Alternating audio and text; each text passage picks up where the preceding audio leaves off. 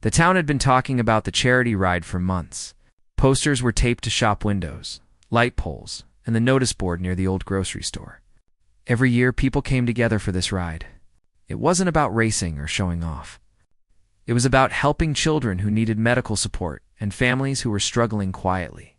For many, the ride was the one day that made them feel part of something bigger. On the morning of the event, the sky looked unsure. Thick gray clouds moved slowly, like they were thinking about rain but hadn't decided yet. Volunteers arrived early, setting up tables, lining up water bottles, and tying banners to metal fences. Some smiled as they worked, but many looked tired and worried. Things were not going as planned. A few sponsors had pulled out at the last minute. Some riders canceled because of the weather forecast. Donation numbers were lower than expected. The organizers stood near the registration table, staring at a clipboard filled with crossed-out names and missing numbers. Every few minutes, someone asked a question. Every few minutes, the answer stayed the same. We'll see. That word had started to feel heavy. The ride was supposed to start in an hour, but there was talk of delaying it. Maybe even calling it off. No one wanted to say those words out loud, but they hung in the air. A small group of riders stood beside their bikes, adjusting helmets and checking tires. They talked quietly, unsure if they should stay or leave. A volunteer poured coffee into paper cups that no one seemed interested in. The mood was nothing like the past years. It felt fragile, like one more problem would break it completely. That was when the elderly man arrived. He didn't come in a hurry. He parked his old car at the far end of the lot and walked slowly toward the crowd. His steps were careful but steady. He wore simple clothes, nothing new, nothing loud. His shoes looked worn but clean.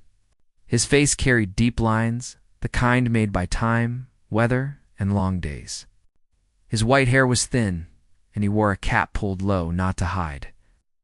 Just out of habit, no one noticed him at first. He stopped near the edge of the parking lot and stood still, watching. He didn't ask questions. He didn't look confused. He just observed. His eyes moved from the banners to the volunteers, from the riders to the organizer with the clipboard. He could feel the tension without hearing a single word. A gust of wind fluttered the papers on the table, knocking one to the ground. No one picked it up right away. The man walked over and gently lifted the paper, smoothing it with his hand before placing it back on the table. A volunteer thanked him quickly, more out of politeness than attention, and rushed back to a conversation about missing funds.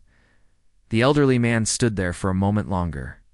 Then he stepped aside and leaned against a railing. From that spot, he could see the donation board. The numbers written on it were not enough. Anyone could tell.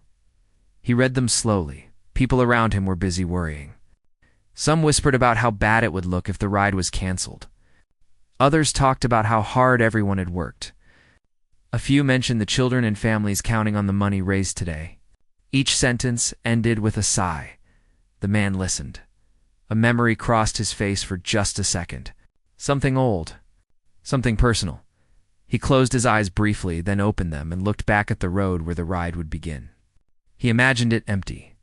No bikes, no cheers. Just quiet. That didn't sit well with him. The announcer tested the microphone, sound screeching slightly, before settling.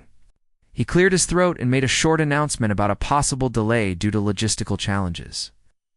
The words sounded official, but everyone knew what it really meant. Trouble? A few riders shook their heads. One person walked their bike back toward their car. Another checked their phone and frowned. The organizer rubbed their face, trying to think of a solution that wasn't there. The elderly man pushed himself off the railing and walked closer again. Not directly to anyone, just closer. He watched a young volunteer struggle to count cash donations with shaking hands. He saw another volunteer argue quietly with a supplier on the phone.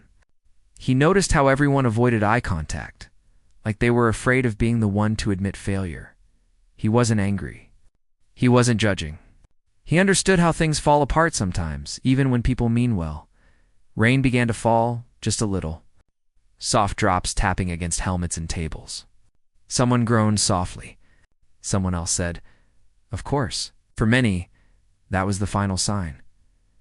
The organizer finally gathered a few people together and spoke in a low voice. Their shoulders were slumped. Whatever they were saying didn't sound hopeful. A volunteer wiped their eyes quickly and looked away. The elderly man took a slow breath. This was the moment, but he didn't rush in. He didn't raise his voice. He waited until the conversation broke and people stepped back, unsure of what to do next. He approached the table again, clearing his throat gently so as not to startle anyone. When he spoke, his voice was calm and warm, like someone asking for the time.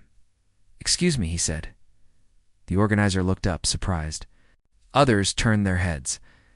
For the first time since he arrived, people really saw him. Yes. The organizer asked, "Already tired?" The man nodded toward the donation board and then toward the road. "I couldn't help noticing things are difficult today." That was an understatement. But no one laughed. "We might have to cancel," the organizer said quietly, almost apologetic. As if explaining the situation to a stranger made it more real, the man didn't react right away. He looked around once more, the riders, the volunteers, the wet pavement, the disappointed faces. Then he looked back at the organizer. "You've already done the hard part," he said. "You've brought people together." A few nearby volunteers glanced at each other. No one responded. The man placed his hand lightly on the edge of the table, steadying himself. "If the problem is what I think it is," he continued, "maybe I can help." There was a pause. People didn't know what to say. They had heard promises before. Big words that led nowhere. This man didn't look like someone who could fix a problem of this size. The organizer answered gently, trying not to offend him. "It's kind of you to offer, but it's complicated." The man gave a small smile. Not proud. Not flashy. Just understanding. Most things worth doing are. He didn't explain himself yet. He didn't pull out anything or make any bold statement. He simply stood there, waiting. Like someone who knew their moment was coming but wasn't in a hurry to claim it. Rain continued to fall softly. The road glistened. Bikes stood still. And without anyone realizing it just yet, the day began to turn. People did not know what to do with the elderly man standing by the table. He didn't look important. He didn't wear anything with a logo or badge. He wasn't a sponsor or a rider. He was just there. After a few seconds of silence, the organizer nodded politely and turned back to the others. Already stressed and unsure, the man stepped back again, not offended. He understood. Most of his life, people had passed him by without looking twice. He had learned to be patient. He moved to a bench near the edge of the parking lot and sat down slowly. From there, he could see everything clearly. The wet ground. The quiet riders. The volunteers trying to stay busy so they wouldn't feel helpless as he sat. His thoughts drifted far away from the parking lot many years ago. His life had been very different. He had once been strong, working long hours with his hands. He owned little but earned everything honestly. His days were full and his nights were short. He believed in saving, not spending, and giving without telling anyone. He had learned that from someone he loved deeply. There was a time when a charity like this would have meant the world to him. Back then, he had been a father worrying about hospital bills, long drives, and prayers whispered late at night. He remembered sitting in waiting rooms, watching strangers avoid eye contact, and hoping help would come from anywhere. Sometimes it did. Sometimes it didn't. Those memories never left him, even after the hardest chapter of his life quietly closed. Loss had changed him.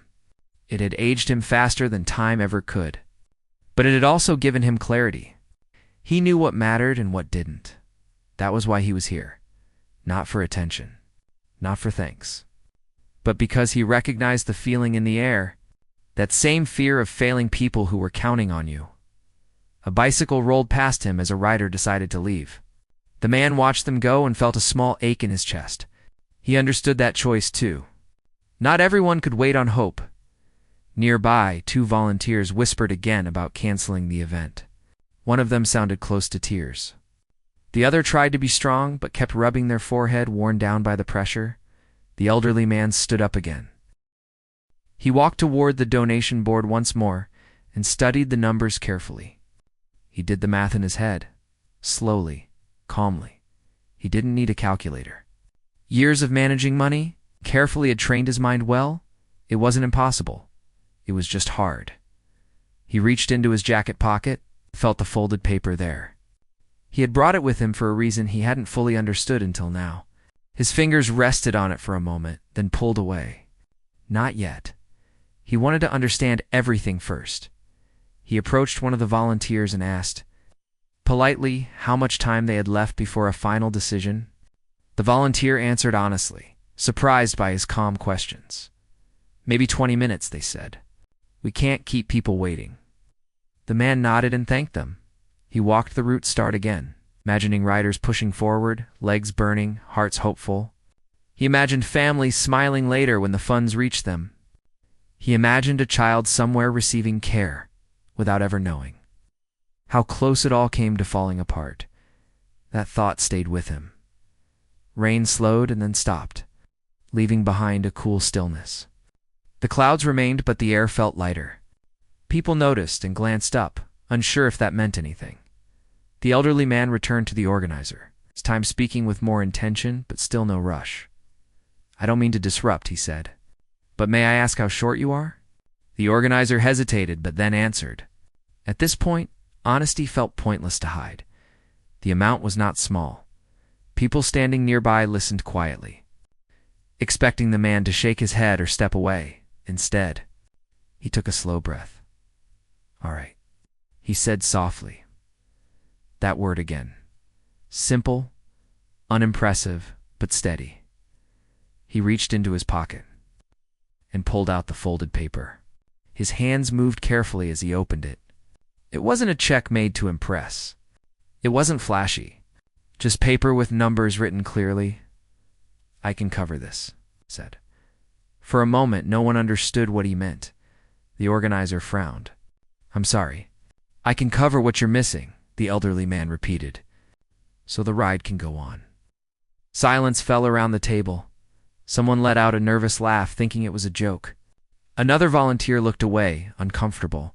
People had learned the hard way that offers like this often came with conditions. The organizer cleared their throat. That's a generous thought, but this is a lot. The man nodded. I know. They waited for him to explain himself more. To say who he was, to explain why he could do this. He didn't. Instead, he said, there's no need to announce anything. No need to thank me publicly. Just make sure the ride happens. People stared at him. Really stared this time.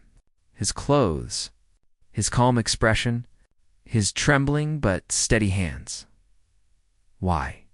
A volunteer finally asked, unable to stop themselves. The man looked toward the road again. Because I remember what it's like when help doesn't come, and how much it means when it does. That was all. The organizer stepped aside with another volunteer and quietly reviewed the paper. Their hands shook now too. Everything was real. They looked up at him again. Are you sure? They asked. He answered without hesitation. Yes. A strange energy moved through the group. Hope, cautious but alive. A few riders who had been walking away stopped and turned back. Sensing something had changed, the organizer took another deep breath and nodded slowly. Then, we can continue. The announcement came over the microphone a moment later. The ride was not canceled. It would begin shortly. Applause broke out, scattered at first, then stronger. Some people cheered. Others wiped their eyes. Not everyone knew why, but everyone felt relief. The elderly man stepped back once again, blending into the background like he had never left. But this time, people noticed him, and the road ahead no longer felt empty. The moment the announcement ended, the parking lot changed. It didn't explode with noise or turn loud all at once. Instead, it warmed up slowly, like a place taking its first deep breath after holding it in for too long. People stood taller. Voices sounded steadier. Even the gray sky felt less heavy. The elderly man stood off to the side near the railing again. He did not clap. He did not smile big. He simply watched. That was enough for him. Volunteers hurried around with new energy. Someone began handing out water bottles with a grin. Another straightened the banners that had been hanging crooked all morning. Riders who were about to leave rolled their bikes back toward the starting line, confused but curious. Word was spreading, but not loudly. Mostly through looks, nods, and quiet whispers. "Looks like it's back on," someone said. "No way they saved it. I heard someone stepped in." The elderly man heard these words float past him like leaves in the wind. He didn't correct anyone or add details. He stayed where he was, hands resting lightly on the railing. Eyes on the road ahead, the organizer moved from table to table, confirming things, checking off boxes, rereading the schedule to make sure nothing had been missed. Every few steps, they paused and looked up, almost in disbelief. It felt real now. A volunteer approached the elderly man with 2 cups of water, offering one. "You must be cold," they said kindly. He accepted it with a nod. "Thank you," they hesitated, clearly wanting to say more. You really helped us today," he gave a small shrug. "I just happened to be here." The volunteer didn't quite believe that, but let it go. As riders lined up, helmets clicked into place. Gloves were tightened. Nervous excitement replaced disappointment. The sound of tires rolling against wet pavement filled the air. People laughed, shaking off the earlier tension like it had been nothing. But some eyes kept drifting back toward the elderly man. A rider near the front whispered to another, pointing subtly. "That's him." "Who?" "The one who stepped in?" Elderly man noticed the looks and shifted slightly, moving closer to a truck parked nearby. He had never been comfortable with attention. Even praise made him uneasy. He believed good things should be done quietly and then forgotten. The announcer began speaking again, thanking sponsors and volunteers, careful not to mention anything specific. The man appreciated that. It meant his request had been honored. As the countdown started, a child stood near the barriers, waving at the riders. The elderly man watched that small hand move back and forth. For a moment, his throat tightened. The image pulled something deep from his memory, another smaller hand, years ago. In a hospital room, he took a slow breath and focused on the present. The horn sounded. The ride began. Bikes rolled forward. Slow at first, then faster as they reached the open road. People along the path clapped and cheered, some ringing small bells. The energy carried far beyond the parking lot, beyond the clouds. The elderly man remained behind, watching until the last rider disappeared around the bend. Most would have left then, but he stayed. He walked around the area, helping in small ways that didn't draw attention. He picked up trash. He held a sign steady when the wind tried to pull it down. He helped an older volunteer fold extra banners. Every action was quiet, practical, and appreciated. At one point, a volunteer asked him if he wanted to sit down and rest. He smiled. "I'm all right." As the ride continued, updates came in through radio calls. Riders were doing well. Spirits were high. Donations were still coming in online now that the event was confirmed. Each piece of good news lifted the mood higher. Someone laughed and said, "This might be our best year yet." The elderly man didn't respond. But inside, something softened. Later, near the halfway point of the ride, the man saw a group of kids holding handmade signs that read, "Thank you." They had been brought by families connected to the cause. The letters were uneven, the colors bright.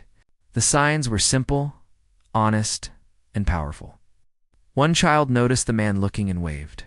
He lifted his hand in return, heart full but quiet. No one knew he was seeing more than signs. As riders began to return, tired but smiling, the energy returned with them. Stories poured out. Small struggles. Personal victories. One rider limped in, laughing through the pain, proud they had finished. Another helped a friend cross the last stretch. The finish line felt sacred in a way. No one had expected that morning. The organizer found the elderly man near the edge of the crowd again. "People are asking about you," they said gently. "They want to thank you." He shook his head slowly. "That's not necessary. They're curious." "I understand," he replied. "But the ride isn't about me." The organizer hesitated. "At least let us acknowledge you somewhere. A note. Something." He considered it for a moment, then shook his head again. "If you must, thank everyone. Everyone who showed up. That's what matters. The organizer nodded, seeing there would be no changing his mind. As the last rider crossed the line, applause filled the air. The sky finally allowed a thin beam of light through the clouds, casting a pale glow over the scene. Someone joked that the weather had been waiting for a good reason. The elderly man felt tired now. A good tired. He checked his watch and realized it was getting late. He didn't want to interrupt the celebrations or be singled out. This was his moment to leave. He walked toward the parking lot, slow and steady, the same way he had arrived. Near his car, he paused once more and looked back. People were hugging, laughing, taking photos. The charity ride, once on the edge of failure, had become something stronger than before. He felt no urge to be seen. He opened his car door, sat for a moment, and rested his hands on the steering wheel. A long breath escaped him, carrying years of weight with it as he drove away. No one noticed right away, but the impact he left behind kept moving forward. Long after he was gone, the days after the charity ride felt different in the town. It was like something quiet had shifted, something people couldn't fully explain but could feel. Conversations at the coffee shop lingered longer. Smiles came easier. Even strangers nodded at each other like they shared a small secret. The organizers were still catching their breath. They met again the next morning, sitting around the same table that had almost become the place where everything ended. Now it felt like a place of relief. Numbers were checked again and again. Donations from the ride itself. Online gifts that came in during and after the event. Unexpected messages from people who said they were inspired. Just by hearing that the ride went on, despite the odds, the total kept climbing. Someone finally said it out loud. "We raised more than last year." The room went quiet. Then someone laughed. Another person covered their face, overwhelmed. No one could fully believe it yet. They all knew why it happened. Or rather, who made it possible. Even though his name wasn't spoken much, his presence lingered in every result. Volunteers shared stories between themselves. How close they came to giving up. How the elderly man's calm voice steadied them when everything felt heavy. One volunteer said they had not slept well for weeks, worrying about the event. But that night, they slept deeply for the first time. Riders posted photos online. Mud on their legs. Smiles wide and honest. A few wrote captions about pushing through doubt, about showing up when things get hard. None of it felt forced. It was real. People began asking questions. Not loudly. Not in a demanding way. Just curiosity. Who was he? Where did he go? Do you think he'll come back next year? The organizer tried to answer without giving too much. He didn't want attention. He asked us to focus on the cause. Most people understood. A few didn't. But even those who wished they could thank him directly respected the wish. The elderly man, meanwhile, had returned to his quiet routine. He went back to early mornings and slow walks, back to simple meals and familiar streets, back to a life that looked ordinary from the outside. But something inside him felt lighter. He noticed small things more now. The way birds gathered near the curb after rain. The sound of children playing somewhere down the street. Even the ache in his knees felt different. Less sharp, as if purpose had eased it a little. One afternoon, he stopped at a small store and overheard two people talking about the ride. They did not realize he was listening. "Did you hear about that older guy?" One asked. "They say if he hadn't stepped in, it would have been canceled." "Yeah," the other replied. "Makes you think about how you judge people." The man said nothing. He paid for his items and left quietly. But his chest tightened in a way that wasn't painful. A few days later, the organizer found an envelope slipped under the office door. No return address. Inside was a short handwritten note. "Use whatever is left for the kids. I'm glad it worked out." That was it. No signature. The organizer held the note for a long time. Work continued. Funds were distributed. Families were contacted. Appointments were scheduled. Supplies were ordered. For some, the money meant relief. For others, it meant hope. For a few, it meant time they didn't think they had. None of them knew how close it all came to not happening. A small gathering was planned to thank volunteers and riders. Nothing fancy. Just food, folding chairs, and shared stories. The organizer debated whether to leave an empty chair for the elderly man, but decided against turning him into a symbol. He had asked for no spotlight. Still, someone raised a cup and said, "Ow." to the reminder that help can come from unexpected places. Everyone nodded. Some wiped their eyes as weeks passed. The story spread beyond the town. Another community reached out, asking for advice on running their own ride. They had problems too. Doubts, budget issues, fear of failing. We almost failed too, the organizer admitted honestly. But someone reminded us why we started. Advice was simple. Keep going. Ask for help. Don't judge who offers it. The elderly man noticed one more thing change. People greeted him more warmly now, even those who didn't know his role. It wasn't fame. It was something quieter, a shared respect for age, for experience, for unseen stories. One morning, while sitting on a bench, a young person sat beside him and started talking. Not about the ride, about life, about feeling unsure, about wanting to matter. The man listened. When the person finished, they asked, "Do you think one person can really make a difference?" He thought for a moment. "I think one person can change the direction of a day. And a day can change more than you realize." It seemed to satisfy them. As autumn approached, talk of next year's ride began. Bigger goals were mentioned, but so was caution. No one wanted to forget how thin the line between success and failure had been. The organizer insisted on building stronger support, backup plans, emergency funds, shared responsibility, but one thing stayed the same: the heart of the ride. Whenever doubt crept in, someone would say, "Remember how close we came?" And someone else would reply, "And remember what saved us." Us. They didn't always say the words, "elderly man." They didn't need to. His choice continued to ripple outward, touching people who would never know his face or hear his voice. That was enough. On a quiet evening, the man sat by his window, looking out as the sun lowered. His reflection looked older now, softer. At peace, he thought about the road that morning. Wet pavement, silence, fear. Then he thought about the sound of tires rolling forward, cheers rising, hope returning. He leaned back in his chair and closed his eyes.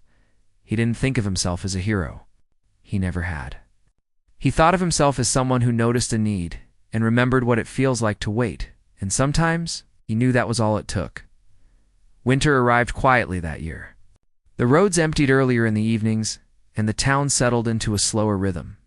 The charity ride became a memory people returned to often, especially when days felt heavy. It wasn't just remembered as an event. It was remembered as a moment when things could have fallen apart. But deep, the organizer received updates from families helped by the funds, short messages, simple words. One spoke about relief, another about peace of mind, another about being able to sleep without fear for the first time in months. Each message tightened the chest in a gentle way. Each one proved the day mattered. A decision was made that spring, the charity ride would continue every year. But not just as a fundraiser. It would stand for something more. They didn't give it a person's name. They didn't build a statue or put up a photo. Instead, they added a line to the ride's message. Printed small on posters and websites, when things seem impossible, someone always steps forward. Most people wouldn't know why that line existed, but the ones who did felt its weight. The elderly man never returned for recognition. He never attended meetings or celebrations. He only noticed changes from afar.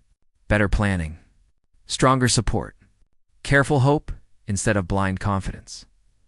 And then one day, at a small shop near his home, a flyer caught his eye. It was for the next charity ride, the date, the cause, the message. He stood there longer than expected, holding the paper gently between his fingers. He smiled to himself, not out of pride, but out of gratitude. What nearly ended had grown stronger. He showed up the morning of the next ride early again, not as a guest of honor, just as a regular face in the crowd. He wore the same quiet clothes, the same cap, and once again, he stood near the edge, watching. This time, there was no panic. Volunteers laughed as they set up. Riders stretched and joked. Sponsors were confirmed. The sky was clear. No one looked worried. Still, the elderly man understood better than anyone how fragile moments like this could be. A volunteer recognized him and walked over. They didn't shout or draw attention. They simply said, "We're glad you came." He nodded. "I wanted to see it moving again." Before he could say more, the volunteer was called away. That was fine. It was how he liked things. The ride started on time, smooth, confident, strong. As the bikes rolled forward, the man felt something deep settle in his chest. Not excitement. Not relief. Completion. Later that year, the town faced a different challenge. A storm damaged several homes on the edge of town. Power was out. Supplies were low. Fear spread fast. People didn't wait. Neighbors checked on neighbors. Volunteers organized food and water. Someone opened a hall as shelter. Donations appeared without being asked for. One person said quietly, "Let's not wait for things to get worse." Another replied, "Remember the ride?" That was enough. The elderly man helped again, quietly, carrying boxes, listening, sitting with those who needed company more than words. No one connected the moments. No one needed to. Time continued to move forward. His steps slowed a little more. His hands sometimes trembled. But his sense of purpose stayed steady. He had learned something important in his long life. Help was not about strength. It was about timing. One afternoon, a child knocked on his door. A school project, they said. They were asked to interview someone older about a moment that changed them. The man hesitated and agreed. The child asked, "What's the best thing you ever did?" He laughed softly. "That's a hard question." After thinking for a while, he said, "I listened when I could have walked away." The child wrote it down carefully. When the project was finished and shared at school, the word spread. Not his name, not his story. Just the idea. Listening matters. Stepping forward matters. As years passed, the elderly man's world grew smaller, but his impact did not. He spent more time indoors, more time remembering. He never spoke much about the ride, but sometimes he looked at old cycling photos in the local paper and lingered longer than needed. One evening, seated by his window, he watched the sunset paint the sky faint orange and gold. The town was quiet, peaceful. He thought about that morning long ago. The rain, the doubt, the table where a decision waited for someone brave enough to answer it. He closed his eyes and felt thankful, not for being able to help, but for being there when help was needed. When news of his passing eventually spread, it did so quietly. A short notice, a simple service. No crowd, no speeches. At the next charity ride, someone placed a small sign near the start line without asking permission. It read, "Someone once stood here and chose kindness." No name was added. The ride went on. Bikes rolled forward. Cheers filled the air. And somewhere between the wheels turning and the road stretching ahead, the lesson remained. You don't have to be loud to matter. You don't have to be young to change things. You just have to step forward. When the moment asks, and that choice, made once on a cloudy morning, continued to move the world forward one quiet act at a time. Years passed, but the story of that charity ride never faded. It didn't stay frozen in one year or one memory. Instead, it grew quiet roots in people's daily lives, showing up in unexpected ways. The ride became a tradition not just because of the cause, but because of what it reminded people to do. Show up, pay attention, help when it's uncomfortable or inconvenient. New volunteers joined each year. Some heard pieces of the story from others. Some only knew there had once been a moment when everything almost stopped. They didn't need all the details. The feeling carried on its own. One volunteer, new and nervous, once asked during a meeting, "What if something goes wrong like it did before?" An older organizer smiled gently.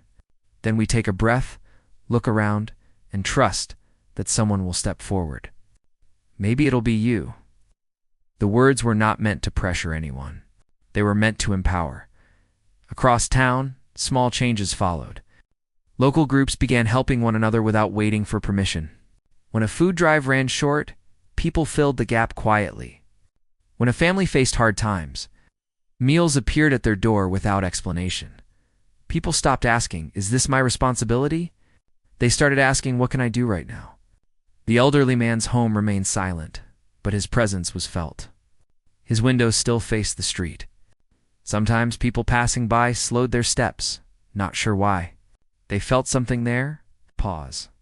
A reminder. A few years later, the organizer was invited to speak in another town about building community events. They shared the basics: planning, fundraising, teamwork. But toward the end, someone asked, "What saved your first ride that year? It almost failed." The organizer thought for a moment, then answered honestly, "Humility. The ability to accept help from someone you didn't expect." That answer stayed with many in the room. A small group in that audience went on to start their own event. When their funding fell short, they didn't panic. They reached out, and someone stepped forward. Not rich, not famous, just willing. The pattern repeated again and again. The story was no longer owned by one town. Every year, a few riders stopped near the start line and placed their hand on the railing where the elderly man once stood. It wasn't official. It wasn't announced. It just happened naturally. Some did it for luck. Some did it to calm their nerves. Some didn't know why they did it at all. It became a quiet ritual. Children who grew up watching the ride became volunteers. Volunteers became organizers. Organizers became mentors. The lesson passed through hands, not words. One spring, a young person asked their parent why the ride mattered so much to everyone. The parent answered, "Because we learned that waiting for perfect conditions can cost you the moment." That child nodded, not fully understanding, but feeling it still mattered. Elsewhere, far from the town, a person faced a choice. They could walk away from a situation that wasn't theirs to fix, or they could pause and help. They thought of a story they once heard. About an elderly man, about a rainy day. They stayed. Back in the original town, the ride continued without drama most years. Smooth starts. Happy endings. Yet the organizers never grew careless. They remembered how silence once filled the air when hope had nearly disappeared. That memory kept them grounded, on anniversaries tied to the ride. A few people visited the elderly man's resting place, not as a group, just one or two at a time. They didn't bring speeches or flowers every time. Sometimes they just stood and nodded as if reporting quietly, "We're still trying." Years later, a local newspaper ran a short piece titled, "The Choice That Changed a Tradition." It didn't mention names. It focused on a moment and what it taught. Readers wrote responses. Not about the ride, but about their own moments. Times they had helped. Times they wished they had. The story became a mirror. One evening, a storm rolled in fast. Power went out in several parts of town. Streets went dark. Fear crept in quickly this time too. But instead of uncertainty, there was movement. Lights appeared in windows powered by generators. Doors opened. Voices called out, asking who needed what. Someone joked, "All right, who's stepping forward first?" Laughter cut through the tension. Help followed. The next charity ride happened weeks later. Riders talked about the storm as they warmed up. Someone said, "Funny how calm everyone was." Another replied, "We've practiced." No one argued. Time continued moving forward as it always does. New challenges replaced old ones. The world didn't become easier, but people became quicker to act. That was the legacy. Not money, not recognition, not even the ride itself. It was the pause before walking away. It was the moment of choice. Once, on a cloudy morning, an elderly man had stood in silence while others worried. He did not speak loudly. He did not demand attention. He simply noticed what was needed and answered. That answer echoed, and it kept echoing. Far beyond him, far beyond that road, carried forward by ordinary people, choosing to care one quiet step at a time.